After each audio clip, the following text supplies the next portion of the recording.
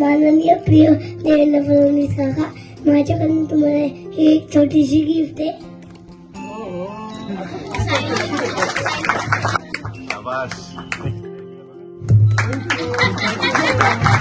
मी पुन्हा येईल असं तुम्ही म्हणले होते आणि तुम्ही खरंच पुन्हा आले, त्यामुळे मला खूप छान वाटते.